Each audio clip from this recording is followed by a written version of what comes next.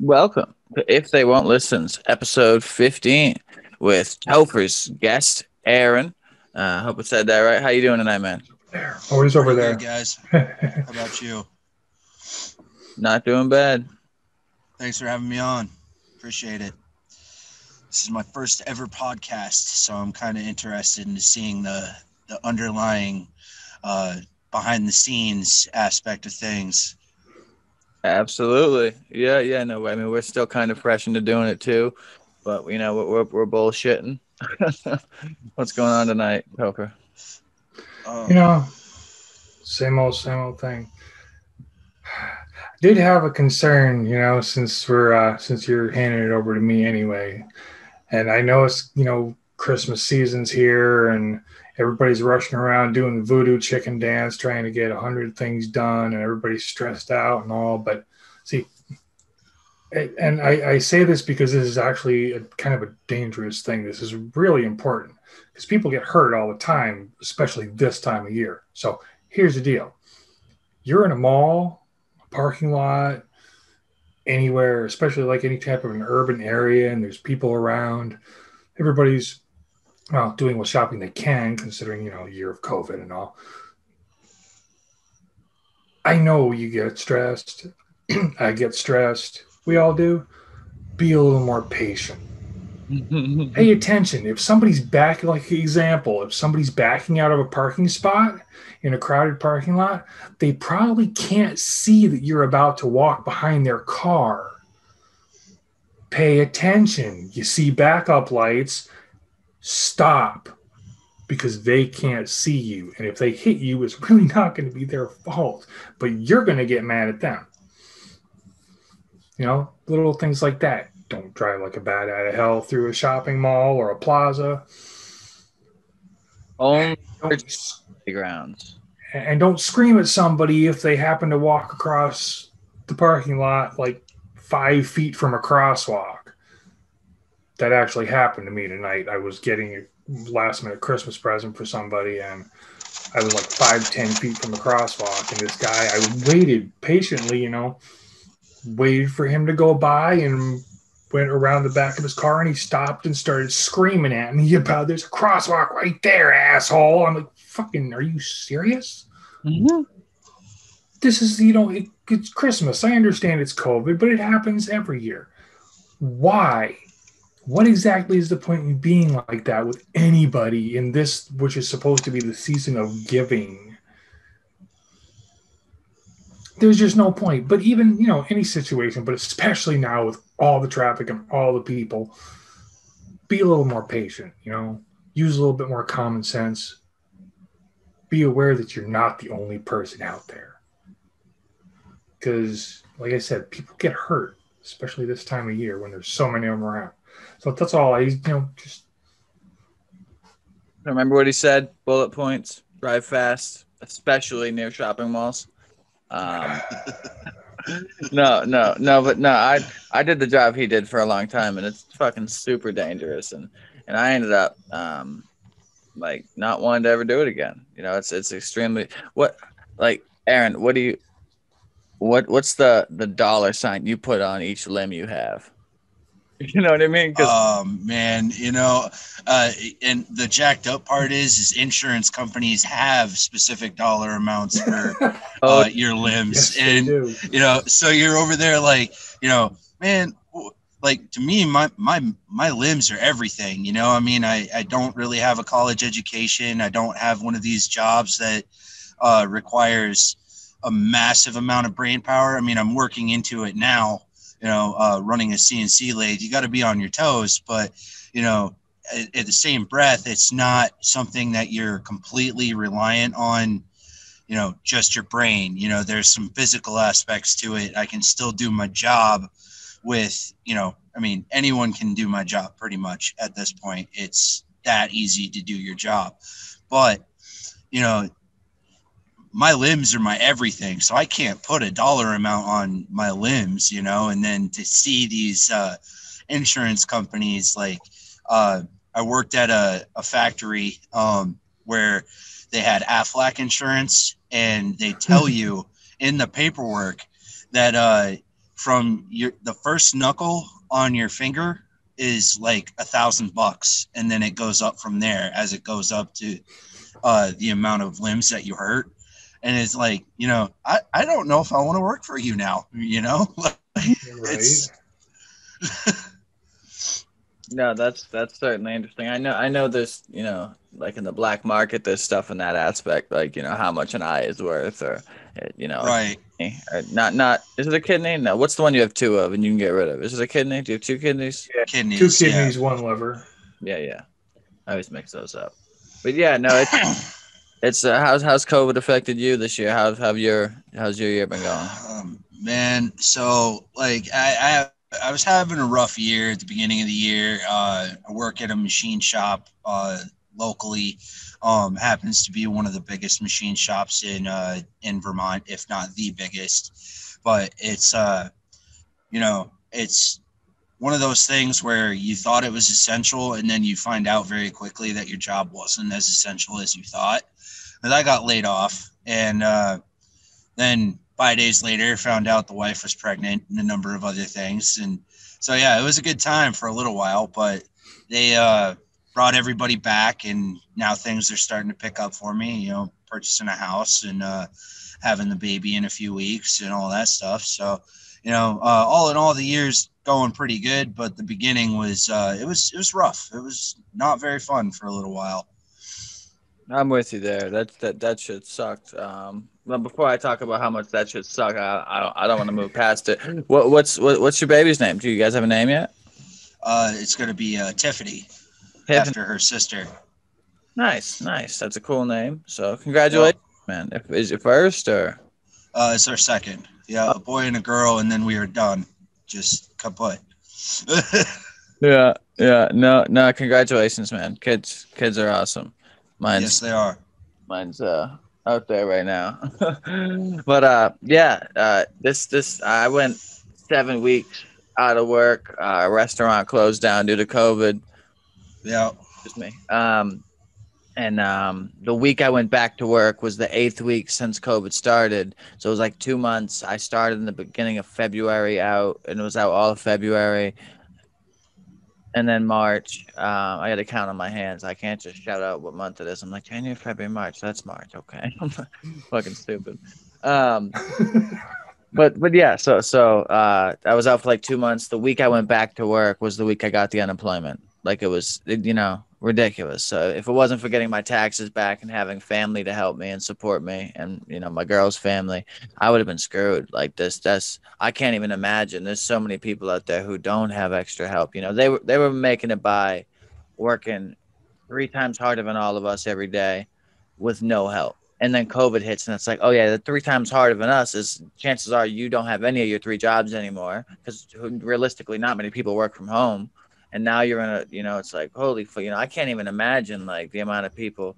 Crime rates are up, unemployment's up, fucking, child abuse is up, suicide is up, drug abuse is up, like drug sales are up, yeehaw. But fuck, like it's I don't know. It's a crazy year. It makes me think like, how's 2021 going to be? Is there a chance it could be less than this year? Like it's not the year COVID came out. Hopefully we're getting better. Antidote. Maybe the world heals a little bit. But what if this is just worse? What if this is the 2 or the 5 or the 10 years of COVID? That's what I worry about. Yeah, I mean, honestly, there are lots of people out there that are thinking that this is going to be around forever and yada yada yada, and I mean, so like I just kind of resort back to history on that one, where it's like, the Spanish flu, SARS, H1N1. I mean, all these pandemics, which H1N1 and COVID-19 are very similar, they were gone within a number of months. I mean, granted, this is something a little more serious and all that, but it ends. I mean, it's not like the Spanish flu where if you caught it, you were dead. Well, and I'm totally with you. There was something I researched, and I'll hit it with a quick Google. And while you guys are talking, I'll finite research it. But there was the first vaccine they gave on the Spanish flu, um, had detrimental and or negative effects like fucking 40 years down the line. Imagine that. Imagine that. It's fucking 19, 20. You're an 18-year-old. You're like, oh man, I'm kind of sick. Everyone's dying from this fucking terrible, terrible thing that just came out of nowhere. Oh, there's this cure. Everyone's getting it. It's supposedly working. You hold out. You hold out. You finally like, fuck it. I don't want to die. You get it. And then 40 years later, and I think it might even have been 50 or 60, but it was like literally a lifetime later. There was detrimental effects they could trace back to this experimental medicine, because in the beginning years it didn't matter, but as your cells start to break down, things that aren't natural in you start showing up in weird ways. And this was one of those things. And it's like, fuck, I think about that with this. Like, we're rushing and rushing and rushing. I hear we're going to break a record with how quick this vaccine comes out. I like records when it's fucking Usain Bolt running. That's cool. I don't like records when we're talking about science. Like 2 + 2 is 4, no matter what. Like you can't shorten long division because you want to. You know what I mean? Like, and I'm worried about what the outcome of this would be. I'm probably going to be one getting it, but I just, what do you think about that, you guys? I mean, yeah, if you want to take it, Topher, you can. But I do have something to say on that. But you can both go. We got time. Go for it. No, right on. It's all you, brother. I mean, yeah. I mean, like my brother. So my brother works in healthcare. He's part of the sanitation department, janitors, and I mean, he's in charge of most of the housekeeping in a COVID positive building. And his group is on the fast track to getting this vaccine. And like my brother was saying, with a big company like Pfizer, if they don't have their ducks in a row on what they're promising and what they're guaranteeing, they go under. This isn't, Mick Jagger in his basement mixing a bunch of whiskeys together and calling it snake oil. This is a big multi-million-dollar company that's, well, billion-dollar plus. I mean, it's, I believe, based out of Germany. They have a bunch of locations throughout the whole globe. And, granted, I totally feel you on the Usain Bolt bit. I mean, that the records are for the Olympics. But, as far as something like this, I mean, we'll see what happens if it's as viable as they say it is. I mean, shit, if it gives me a chance to have some semblance of normal and avoiding this great reset nonsense, I mean, let's do it, Yeah,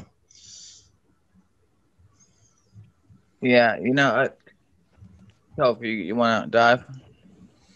No, I'm good. I'm at the point where I get it, but I am so sick of COVID. And I mean, it's good we talk about this and get it off our chest. I was actually just talking to somebody a little while ago about it. This thing really could feasibly be around forever, and now the vaccination, you're talking about a totally different aspect of it where, all right, maybe the vaccination, few months, year later, no ill effects or minimal ill effects. All right, we're good. What happens if 5, 10 years down the line, something really, really stupid happens because they were shortcutting it and rushing the process? I mean, usually drugs like this take how many years of testing before they actually allow it into circulation, before the FDA will approve it? This is months. You don't know what's going to happen. They're talking about all the vaccinations that we got as kids, that my generation got as kids, and the generations after us, Generation Y and whatever else, causing autism and other shit. So you want to... We don't know what the fuck this thing's going to do. No, you're totally right. And I hate to be the bearer of bad news, but first website I pull up, right, on that thing I was talking to you about, Aaron, like the whole delayed detrimental effects. It's so this quote is alluding to what I read into further, but listen to this quote. During the years, so first of all, they believe the Spanish flu was not anything to do with the random thing. They believe it was due to fucking like 8 million vaccinations that were given to soldiers before they went to war. I believe that's where it was started from. And like they're tracing it back here. They have dates and everything. But listen to this. It says during the wars from 1918 to 1919, the U.S. Army ballooned 6 million men, with 2 million men being sent overseas. And the Rockefeller Institute for Medical Research took advantage of this new pool of human guinea pigs to conduct vaccine experiments. And the American Rockefeller Institute for Medical Research and its experimental bacterial meningococcal vaccine may have killed 50 to 100 million people in 1918 to 1919 and is far less effective. It says that is a far less effective sales slogan than the overly simplistic vaccines save lives. And then as I read down, it says right here, from January 21st to January 4th in 1918, an experimental bacterial meningitis vaccine cultured in horses by the Rockefeller Institute for Medical Research in New York, injected into soldiers at Fort Riley. And during the remainder of 1918, those soldiers, often living and traveling under poor sanitary conditions, went to Europe, and they spread the bacteria at every stop between Kansas and the frontline trenches in France. And it's like it says that it was able to spread through the aerosol and sneezing and breathing, and people in bad spaces would sneeze and breathe. And it says, during the pandemic, the so-called Spanish flu killed 50 to 100 million people, including many soldiers. And it says that he believes most of those were caused by things to do with these vaccinations. And then it says that, I'm trying to find the exact word, but it says, when you think about when you grew up, Chris, when you grew up, allergies weren't really as prevalent, right? Well, there weren't as many people, so I mean, it's whatever. But you didn't hear all the stuff that you hear now about. Like, I know somebody who's got an allergy to snow mold. I didn't even know snow mold existed, and I don't know how much of that. Snow mold? I know it's weird, but there's so many allergies to so many things. I am personally allergic to nothing other than pollen and stupidity. Certain types of pollen, spring and fall, get me. But I don't know what the differences are between now and then. I know, I kind of not really grew out of it. It doesn't affect me as badly as it did back then. Maybe that has something to do with diet. Maybe that has something to do with vaccinations from then. I have no idea. When I was like 6, 7, 8, I used to wake up in the morning during allergy season in the fall with my eyes crusted shut. It was that bad. My school pictures, every year I had what looked like a bloody nose, but it was like a scab right there because my nose would just get so bad and so dry and so horrible from sneezing all the time and whatever else that I would, it didn't look good for picture day. Let's just put it that way. We're not even anywhere close to that now, but I'm also an adult. And part of the problem then was, okay, well, maybe this does answer your question. Didn't find out that it was allergies until I was a teenager, like 18, like in high school, my senior year, because, well, I guess I knew before that, but not too far before that. But anyway, they were treating me every year for pink eye because that's what they thought it was.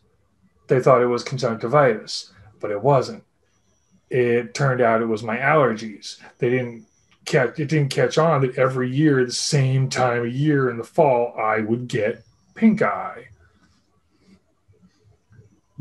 So I guess I don't know that they're more prevalent now, but we know more about it, so we know what it is, and we know the allergies exist, and we kind of know how to test for them, I guess.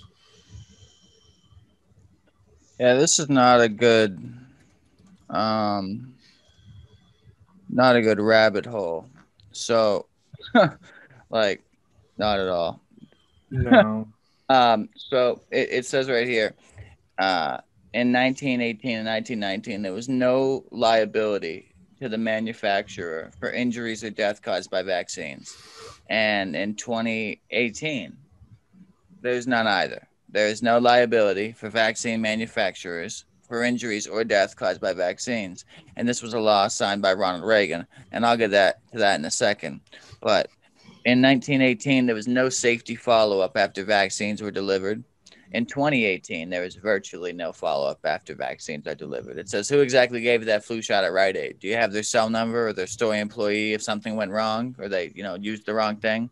And you know what I mean? It makes a good point, but it says right here, in 1918, the vaccine industry experimented on soldiers that then went back to Europe and at least 6 other countries, including Europe, Canada, and the United States.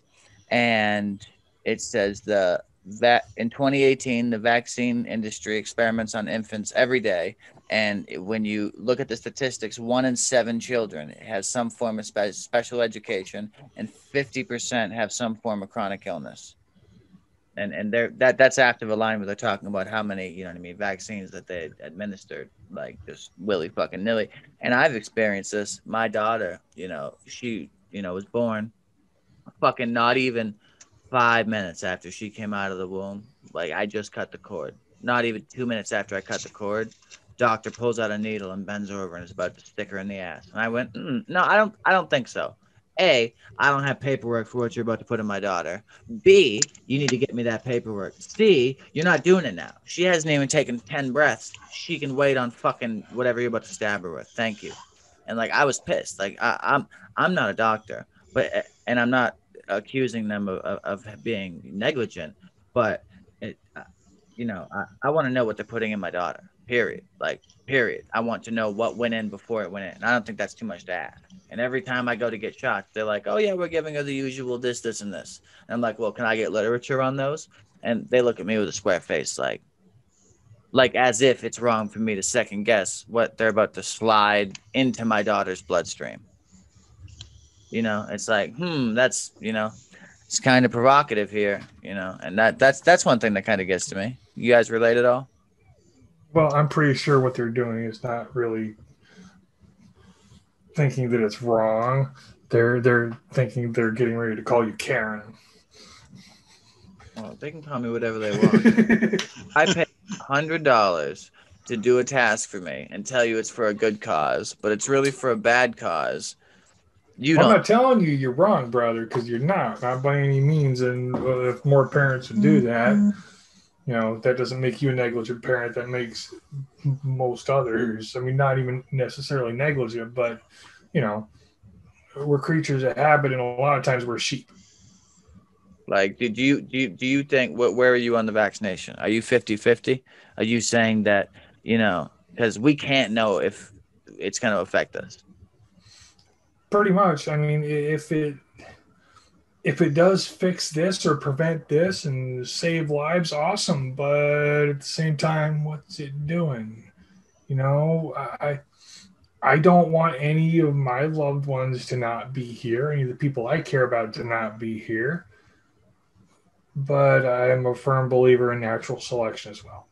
So, yeah, I'm 50-50. What about you, Aaron? Well, going back to what you were saying about the Spanish flu over a lifetime later causing, detrimental issues. So if they didn't get that vaccine, I don't even recall how exactly the Spanish flu was defeated, but if this vaccine prevented somebody from dying in 3 days and gave them an extra 40 years, I would call that a win. I mean, as far as this vaccine, yes, it's rushed. We've heard very positive things about people who have been guinea pigs for it, who have both been COVID positive and given the actual vaccine or the placebo. And, it's seeming pretty positive. Granted, I do agree with you. I want to know what the detrimental effects of this situation would be. And further going on to your point about manufacturers of vaccines not being held liable, that's a loop that needs to be closed. I mean, I may be a Republican, but I'm a nonpartisan Republican. If you fuck up, and you need to be held accountable, regardless of which party line you align with. But I mean, that's a moot point at that point. However, continuing with these vaccination issues, you know, I would love for things to go back to normal. You know, if it requires a vaccine, all right. You know, I mean, am I going to get it right away? No. You know, I'm going to hold off for a little while. I don't get the flu shot for other reasons, but, you know, as a child, I was given the polio vaccine. You know, I mean, it's just one of those things. Yeah, so I have here, not to make either of you unhappy, but so You thrive on this shit. Don't lie. I really don't. This is fucked up. Right here that I can give you the name of someone who you could individually Google, and I've already looked into this while we've been talking, and so there's two things that were here. This is 3 paragraphs. I'm gonna read them all to you just for context, so you don't think I'm picking and pulling. And this is children'shealthdefense.org for the reference. The laws of a country are generally designed to protect its citizens. How ideal is interpreted, how this ideal is interpreted is a topic of debate in various circles, but its goal is lofty and not quite perfect, or its laws are aimed at protecting children, child abuse, welfare, and labor laws. Zero of necessity. And so here's the name of the law: the National Childhood Vaccine Injury Act. Sounds good. NCVIA. Real act in effect right now, which sounds like it has the best interest of this nation's young citizens in mind, but it actually serves a much different purpose. Congress passed the NCVIA in 1986, and President Ronald Reagan signed it into law soon after.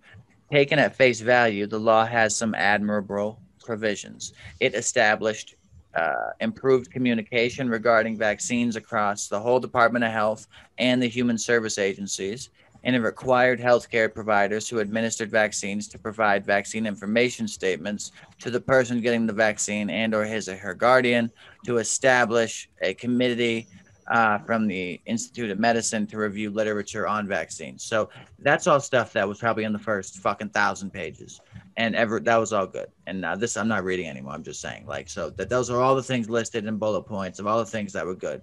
You dig a little deeper. I'm reading again. However, the NCVIA does less to protect patients than it does drug companies making vaccines. When he signed the NCVIA, he also created the National Vaccine Injury Compensation Program, the VICP, which allows anyone, children and adults, who have suffered an injury, in parentheses, or worse, death, following a vaccination to file a claim. So that's saying that if you die or if you get sick or if you notice that you are now worse after getting a vaccine, there's an area you go click a button. Click, you file a claim. The lawyers ain't going to touch it. The State Department ain't going to touch it. Judges ain't going to touch it. You go click this button to file a claim through this act that the government in America has made. And to date, it has paid out nearly $4 billion in compensation since 1988. In 2008, the case of Hannah Poling, whose family received 1.5 million in a landmark court award for a vaccine autism claim. So she got a vaccine and developed fucking autism. And after all the fucking work they did legally, they got to push a button and get sent 1.5 mil for their troubles. So 1.5 million is the price if your kid has autism because of the government. Sorry, wink, wink, cuddle, cuddle. Like that's like you can't make this shit up. You know what I mean? And we're in 2020, and we're being inhibited by night. So 1988, this was signed, but 2008 was when Hannah Poling's case happened. So that was 98. Oh wait, that was a 20-year difference. So for 20 years, how many people didn't know about the VICP and didn't file a claim and did have effects and just thought it was their natural, predisposed genetic? 98 to 2008 is only 10 years. 1988. Oh, 88. Yeah, that's 20 years. My bad. I said it wrong. Sorry, Paul. Yeah. But so seriously, and I pulled up the Hannah Poland case, you know what I mean? I looked at it, and it's the first ever vaccine autism award. And it literally it's on CBS News, Evening News, and it's posted on September 10th, 2010 by CBS, and I have it here on uh, Wikipedia, the National something something, nejm.org, Snopes, scientificamerican.com, time.com, WebMD. Like, my cat's attacking my fucking Jesus. That's insane. Yeah. You can't make this shit up. It's absolutely like, you know what I mean? What 1.5 million didn't make me feel better that my daughter now has autism. You know what I mean? Honestly, I mean, if you assign monetary value to happiness, you'll never be happy at that point. But um, yeah, I get it. You know, I 100% understand the the anger that one would go through if they got a vaccine for something and it ended up linking their child to autism. You know, however, there have been lots of vaccines that have completely cured diseases that we're now bringing back, like polio and going into iron lungs and all that shit. I mean, polio is horrible, horrible shit. And here we are, like, we have parents out there that are refusing to get their kids their polio vaccines, and then they're getting polio and fucking dying. So, I mean, of which would you rather have at that point, as far as that's concerned? But, you know, on the other hand, you know, these fucking stupid ass little diseases that are pretty rare, and they're like, oh, we have a vaccine for it. And like, why? Like, if I'm statistically unlikely to get this disease, why are you trying to give me a vaccine for it? You know, that's where I kind of draw the line with the vaccine situation. I'm with you, and I'm gonna be the devil's advocate here. I agree with everything in every angle. Like I'm you know, I'm in I'm I understand things in a circumstantial, you know, way. Like I'm not going to say I'll give sympathy to every or empathy or even more understanding than necessary to every single thing. But more often than not, I think way A, you think way B, and I'm not going to fight you to death because you think differently than me. That I accept. And not times that Mm-hmm. by how many billion people exist. And it's like, okay, I'm going to be a little lenient. You know, maybe you're just a fucking crackpot. Not you specifically, but you know what I mean? Like you meet someone and you're like, whoa, he drove here? Oh, scary. You Yeah. know? Um, and it's just to be in the devil's advocate in this aspect, it's like so these vaccines aren't right. And when you understand big pharma and you understand, and I don't pretend to, I haven't done mildly any research into it, but I understand just with no research, I understand that my grandmother is deathly allergic to bees. She's deathly allergic to soy oil and every nut and except the good Yeah. kind So skirt. But and it's fucked up. She doesn't listen anyways. I'm not concerned about it. But literally, and so I had to stab her with an EpiPen once in the thigh because the guy at Burger King got her order wrong, and like she specifically went through it. It has none of this. Nope, nope. Okay, cool. Thank you. And then she was driving away, fucking after 2 bites and couldn't breathe, both hands on throat, let go of the steering wheel, and reached for the purse. And I had to stab her in the thigh so she could gain air again. And that thing I had to stab her with cost $700 to $1,000 depending on you know what I mean where you get it, and so most people don't even carry it with them. They just accept that they can't use it right then, and so that means your life, your whole life, is $700. Because if you can't carry that with you, if you don't have a fucking fanny pack and have that on you, and you get stung by a bee or pricked by a bush, you know, or something like that, that to me that is asinine. That should be free.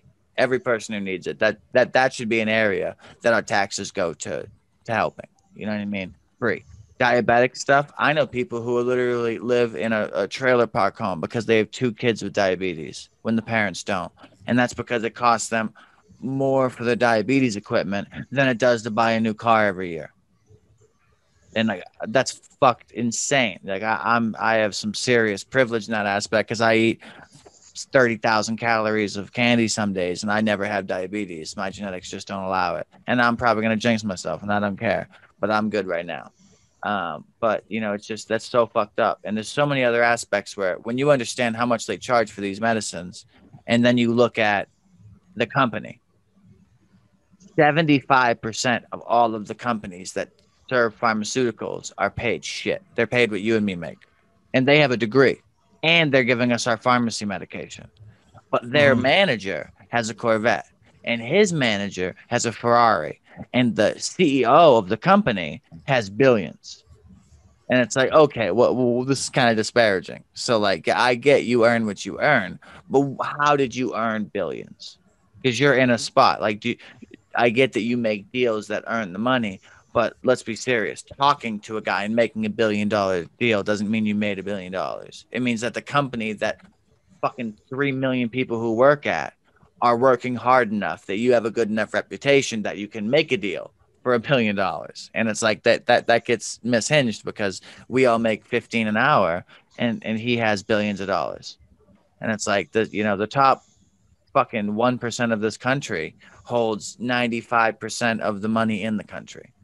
And it's like, when you think about that, that's like, okay, that's kind of sick. Like, I love Amazon, and thank God that I can get packages.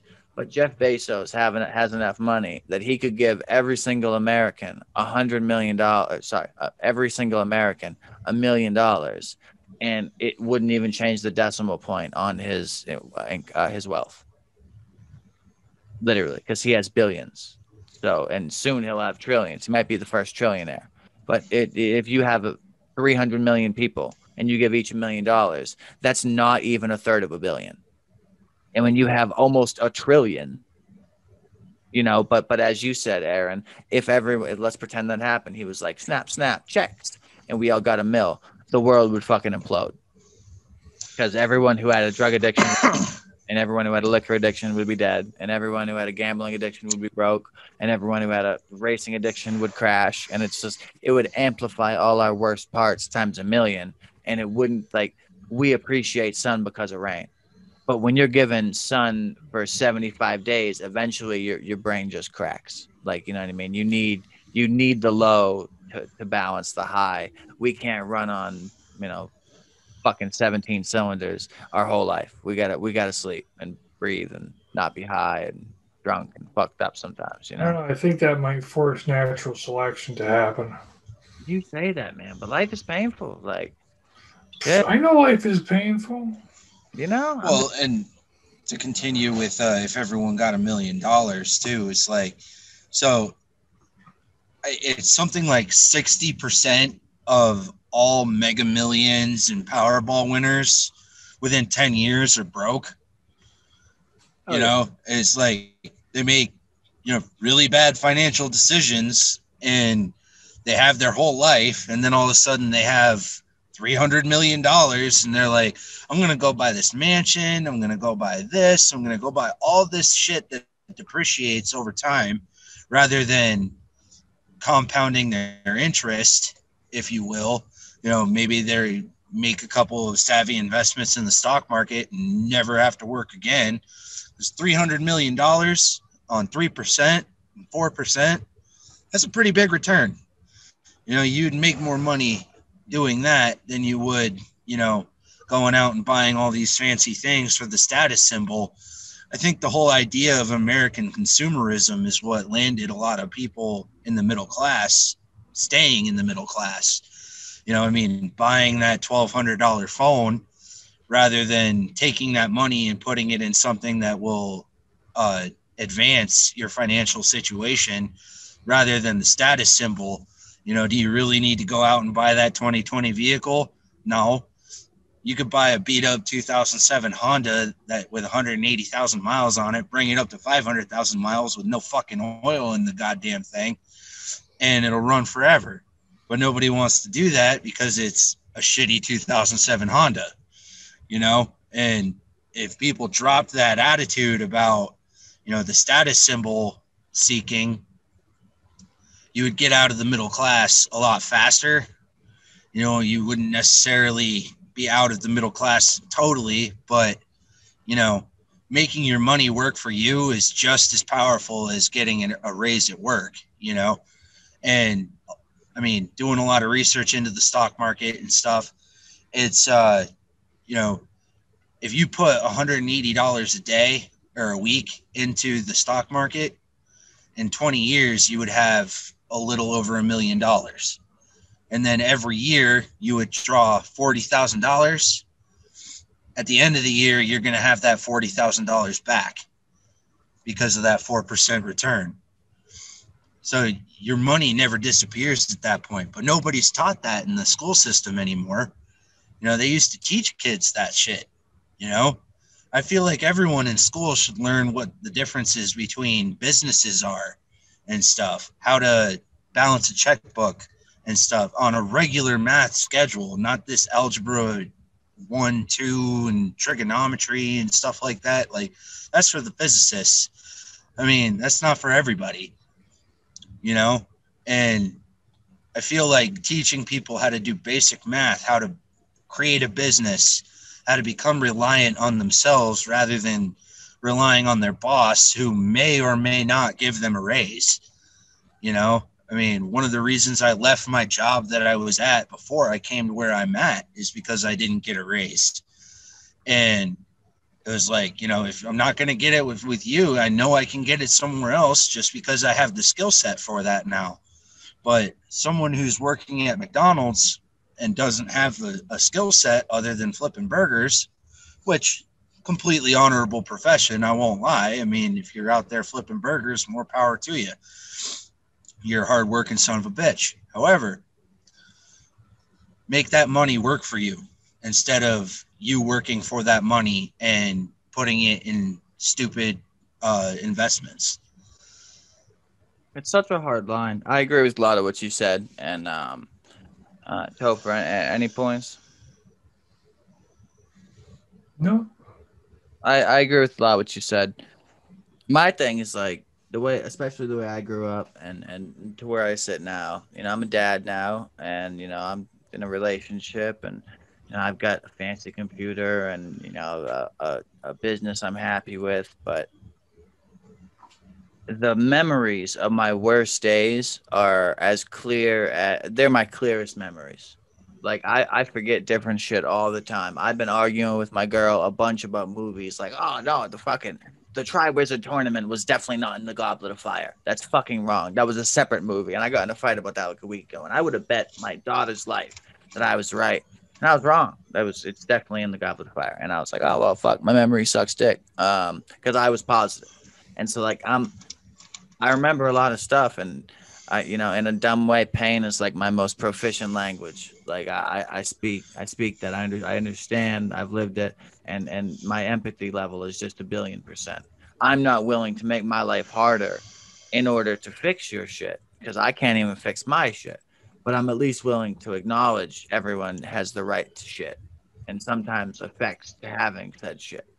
But no, it's you know the whole carpe diem thing, man. Like you know, I'm weird with death, but most people get really sad and really broken up and have an extremely rough time for a few amount of days when someone dies. And I guess it's weird.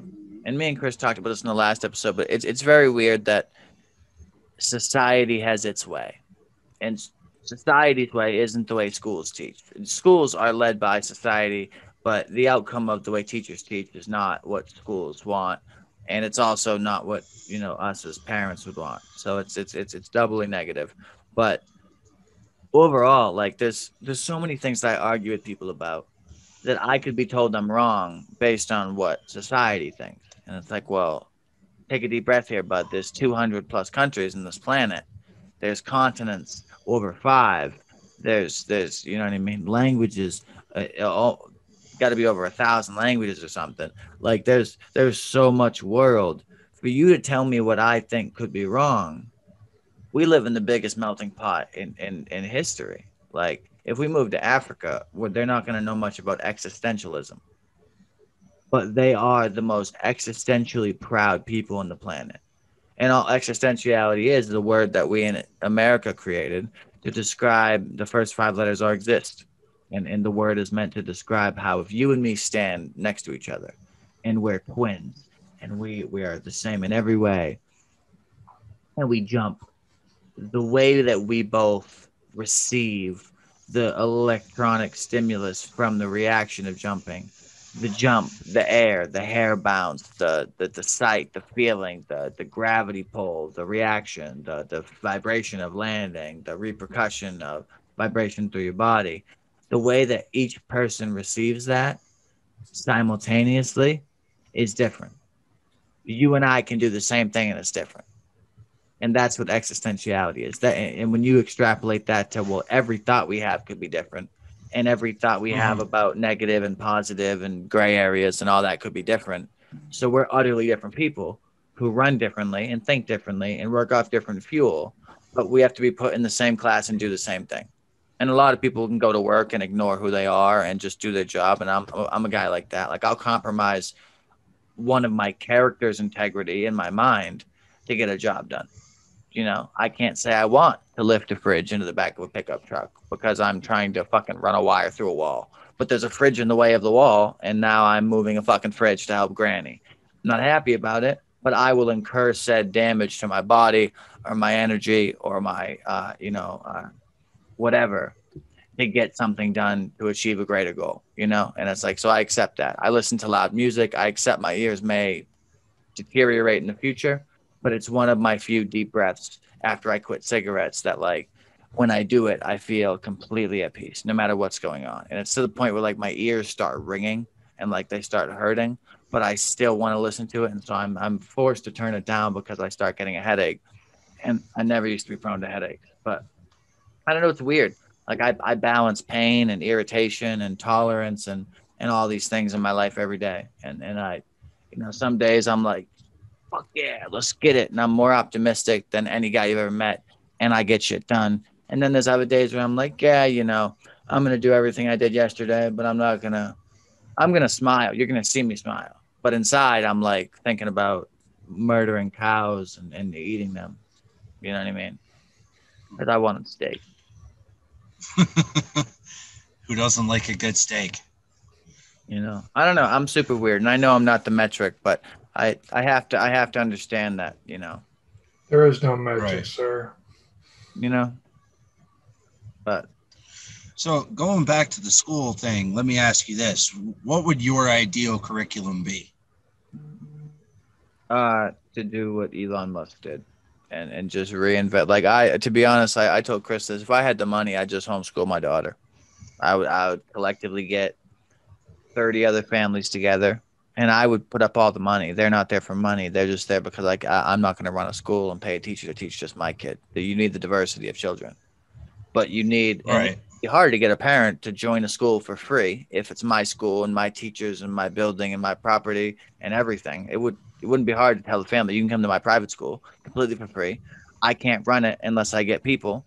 So I go to town hall and I post flyers all around, and you know what I mean? And like I said, if money's not an object, it comes down to sight, and being grandiose about my music career and this podcast and my other podcast and my streaming career. You know what I mean? Being grandiose, if in 10 years money was unlimited, I would do that. My daughter may have done a year or two of elementary, but to have a psychologist and a neurologist and a child behavioral scientist all sit down with a master of literature and a master of physics and all these professions of the best people in their curriculum. And then they sit down and they build a curriculum for these kids. That's going to be fun, game. Then you learn a little bit of physics. And, like, they can wire it based on how our brains work, interest based on attention deficits. Because if you don't want to pay attention, you're not going to learn.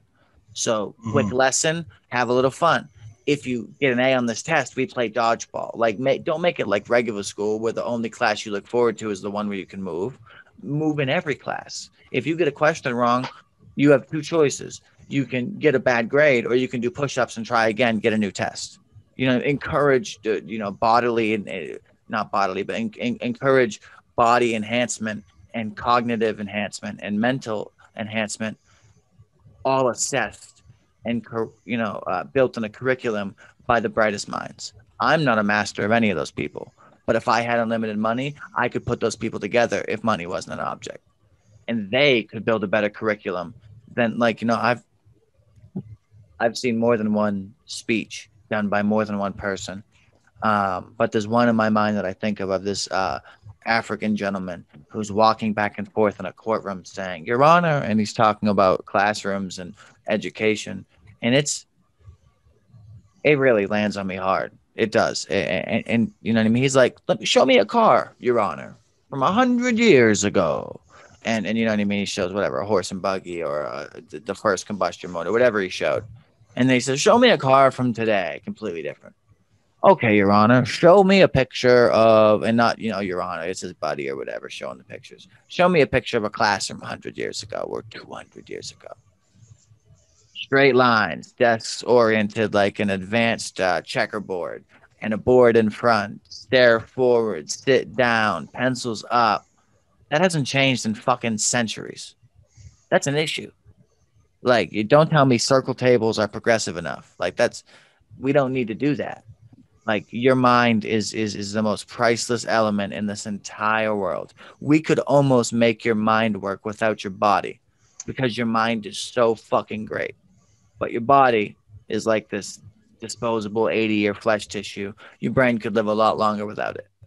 And that's what science wants to do. A little bit of tick, tick, tick, little twist, twist, twist. And we can turn what, life expectancy used to be 40, 50.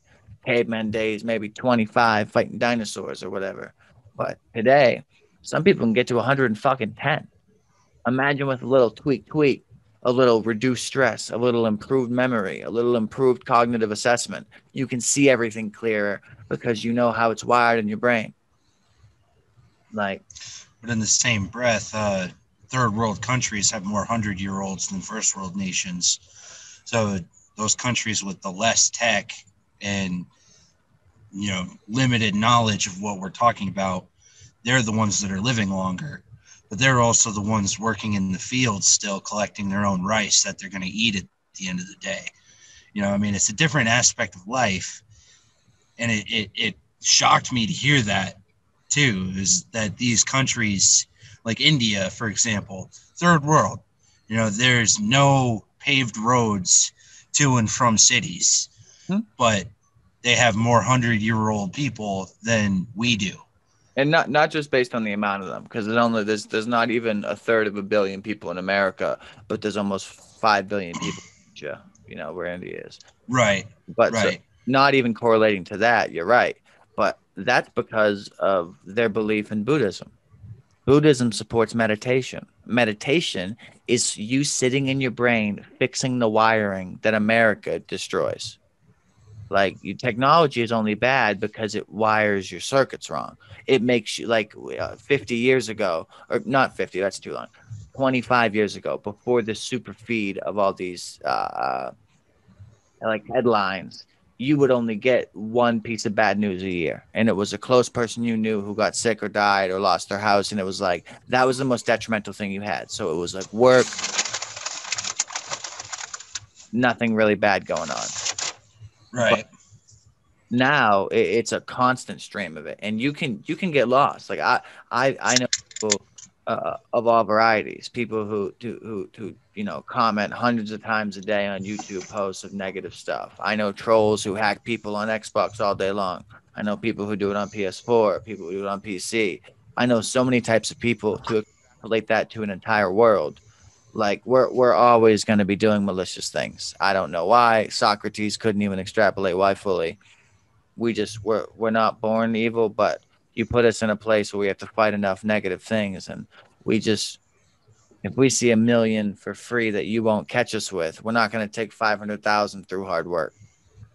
And like that's why you have to work 3 times harder to make money over the table than you do illegally. And everyone relates to that, but it's illegal to work illegally. So it's like, but it's like, let's take that conceptually. Murder, wrong, right? Under no circumstance should you kill. And we're talking based legally, not about anything else. Take that to religion, like Catholic. Wrong, not okay. Correct, done. Now let's take that to your life. You only have one. If I put a fucking baseball bat in my hands and you have a gun on your hip and you know that until I hit you, you can't legally get away with shooting me dead, what are you going to do? I'm not taking a hit. Boom. I'm not taking a hit. I will shoot you dead and then hit myself with the bat at enough degree to get a bruise, but then I'm not going to get my head split open. Then I'll call 911 because I'm going to win the chess match and you were the only witness. And you know what I mean? It's like in that circumstance, I'm going to make the legal side get on my side and I'm going to live. But if I was at a mall and I knew there was witnesses and I knew you were coming at me, I'm still not going to wait. I'm not going to try to do some Batman kung fu, catch the bat and punch you. Fuck that. If you have a weapon and you're coming at me, I'll accept I might go to jail, but I'm breathing in jail. You know. So sorry to interrupt, but I have a story for you on that. So I have a cousin who lives in Reno, and he trains in a martial art called Kali, which is Filipino stick fighting. And I mean, they do a lot of open hand and weapons training. And he was in Los Angeles for a Kali competition. He was leaving the competition. This dude is apparently nationally ranked in Kali, like so good to the point where people will not even compete against him. He's that good. And he's going into his car, and apparently some gang members were going around thinking that hitting people with baseball bats was a fun Saturday night event. So lo and behold, they come across him, and they caught it on camera of him putting his hands up, stepping away from these guys. And the only reason he did not get charged for killing the guy, because he did that kung fu shit where he took the bat from him and smacked him across the head with it, killed the guy. Yeah. The only reason he did not go to prison for it was because they caught it on camera that he was backing up with his hands up. I could have told you that. Yep. The retreat clause. That's what it's called. You know, every fighter knows it. Well, yeah. California is a right to retreat. You know, you have a duty to retreat. Well, regardless of that. I didn't mean to cut you off, but regardless of that, in any state, if a fighter's coming at you and you need to beat the brakes off him, but you don't want to get in trouble, you put your hands up and you verbally say, with hopefully a camera and some recording on, and you can just turn it on. Like, it's not illegal to record yourself. Turn it on. Voice recording. I do not want to fight you. I am retreating. I do not want to fight you. My hands are in the air. Say it all vocally, and then you'll get his audio. Blah, blah, blah, blah, blah, blah, blah, blah. And then he steps towards you. I'm retreating again. He steps towards you. I'm retreating again. He steps towards you. And now you ran out of space behind you, hypothetically. You know what I mean? And now it's just, the self-defense clause is activated. And that was the whole point of policing that the law works towards. If a home invader breaks into your home, you can kill him 100% in a lot of states. Some states you have to go through like an advanced trial, but nonetheless, if they break into your home and they're stealing shit and they're armed and you're in fear for your life, they don't expect you to walk around the corner with your gun for self-defense, see the burglar, and then assess what weapon he has. Usually it's shoot first, ask later, you know, and like that's fair. Don't break into someone's house, you fucking dildo. Like, it's pretty simple. It's really simple in a state like Live Free or Die in New Hampshire, which is what I'm talking about. I had the father of a girl I went to preschool with and elementary school and so on and so forth. The guy broke in. Wife and daughter were gone. He didn't think anything of it. So he was in his bed. And no cars in the driveway. He didn't have a car at the time. It was the dad, the father. And like I said, the wife and daughter were gone, but they all lived there. And this is 5 houses down from me. You know, and fucking he heard the noise again, finally got up and was suspicious because, like I said, he knew they weren't going to be home. And it wasn't the reason he didn't get up at first was he was half asleep. And, you know, he was like, oh, well, he thought it was them. And your mind can think that even when someone's on vacation or gone, you know, you can think that, you know, the person who lives there is making noises. Simple. Yeah, the normalcy clause, you know, and then so no violation of expectation there. And then he moved on and got his gun and went downstairs. Fucking burglar right in the kitchen, stealing shit. Boom. Fucking goes to shoot, decides not to, didn't have a weapon, fucking whatever. Put the gun away, chased him, caught him, beat the brakes off him in the kitchen. I guess the burglar got the best of him after he kind of got the grease on him, flipped him over, got up, ran outside. He caught him in the edge of the driveway, and he was beating the brakes off him in the driveway when the cops showed up. And the law states that if he was solely in his home, no charges, self-defense, home invader, no problem. But the fact that he chased him outside switched the law around. They were both arrested.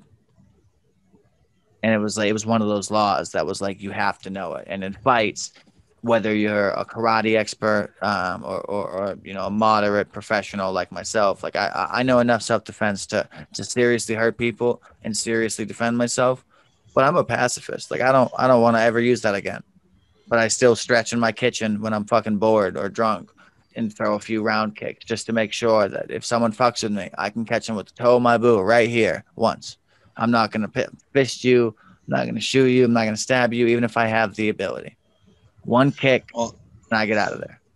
And honestly, going back to the school situation, why I asked you what your ultimate curriculum was, mine ought to have some sort of ability to fight.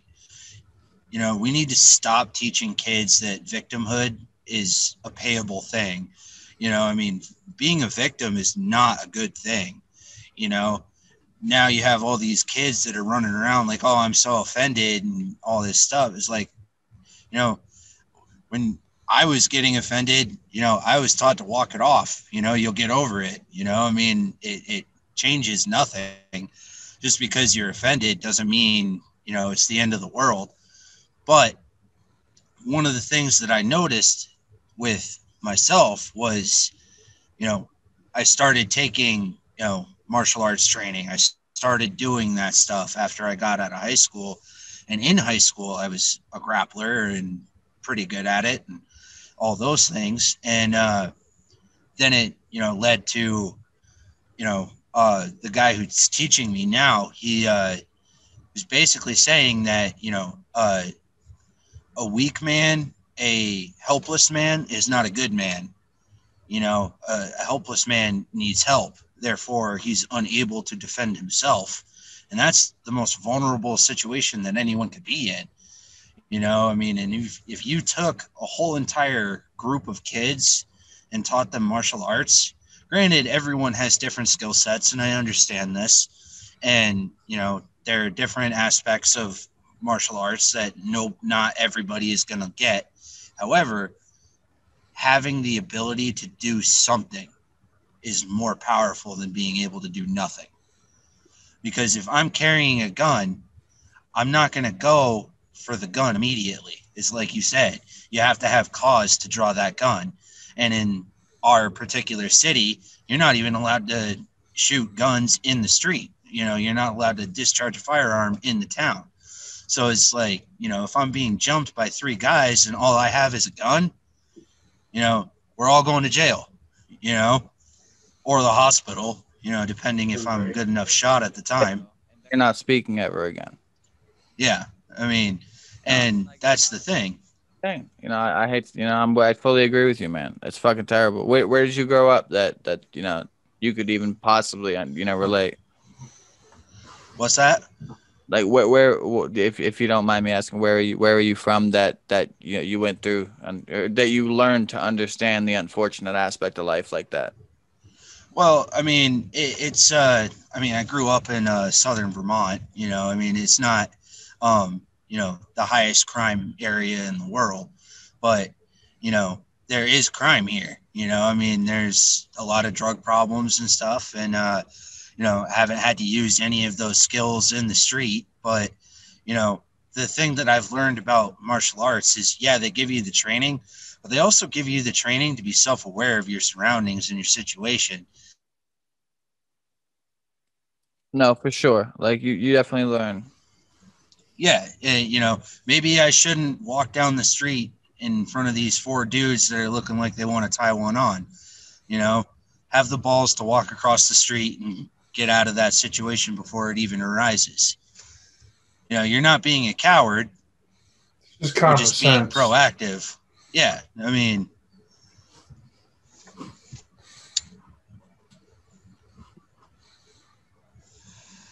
No, for sure. But yeah, I mean, I've had plenty of situations where they came close, and it was being in the bar, being a little drunk and lucid, knocked a guy's drink out of his hand. Well, you can either be an asshole or a nice guy in that situation. I chose to be a nice guy, bought him a new drink, we were good, rather than being that guy who's like, oh, I knocked your drink over, what are you going to do about it? I mean, there's little things like that martial arts has taught me that have helped me more than actually learning to get physical with an altercation. No, I completely agree with you, and I'm not saying being a pacifist is the best cause. I don't take pride in no, fuck that. I do take pride in saying I'm a pacifist because it's taken a lot of work to want to be one. I'm certainly not special. And I used to be really arrogant, so I've worked on trying to be humble too. But it's a manner of like, I just want to live. One of my best friends on the West Coast where I was living was a former Hell's Angel, and now he's a pacifist. That means absolutely nothing to the fact that he will not throw down with you, because the man will throw down with you. However, it takes a lot more to get him to throw down with you than it used to. That's what I view pacifism as, is, I'm capable and you don't want none. But if you decide to bring it, here it is. For certain. No, I completely wow. I completely concur. Thinking of that in my head was just stuttering me. But no, it's definitely freaking fun having you on the show. And I'm glad Chris was able to get you on such short notice. We were kind of scrambling this morning. We haven't had a guest in a few weeks, and frankly, I haven't been looking, so that's why we haven't had guests. But well, I hope I was a good enough guest. I mean, it was a lot of fun talking with you guys. Yeah, no, you did great, man. And there was shit, we don't have qualifications. Like we've had this elderly Canadian on, and we've had learn intermediate scientist on. We've had all different sorts of people on, and I plan to. I don't have any restriction. I don't care if you study women's studies that are going to make me turn my head and make Chris give us a lot of very foul topics. Or whatever. I'm down for whatever. That's the whole package here. Is that the show's about talking. And to be honest, the second I'm done here, I forget everything I ever said. And why we're recording it for not just for posterity or for other people's amusement. It's so he remembers what he was talking about. Right, and I'm not going to listen to it again. I don't even, we don't really have massive comment space right now. But once we do, I'm not going to look at that either. I don't care. Comments are one of those things that they can be constructive, but for the most part, like you were talking about trolls earlier, I mean, it's just people that wish they were in your shoes. Yeah, no, and I'm completely open. Like I just got to affiliate status on Twitch, and I'm gonna one of my like you accrue a currency the longer you watch someone, and so for like fucking 1,000, I'm gonna be a guest on my podcast and send me a direct message, and it's not gonna be anything fun for them to click to help me in stream, but it's gonna be a fun way to have regular people reach out and while I stream, I have all my links. My last well, actually, I can show you guys because I can share my screen real quick. My overlay, and that's the wrong app. Oops. Overlay for Twitch right now is really fucking cool. I got clouds and they move in the background, and I paid for the premium version of Twitch that or whatever, and it's fucking cool. I'll share my screen and show you guys this real quick.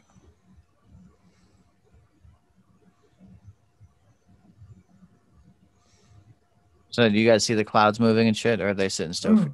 No, they're moving. Cool. Yeah. So my video captured a Mario background.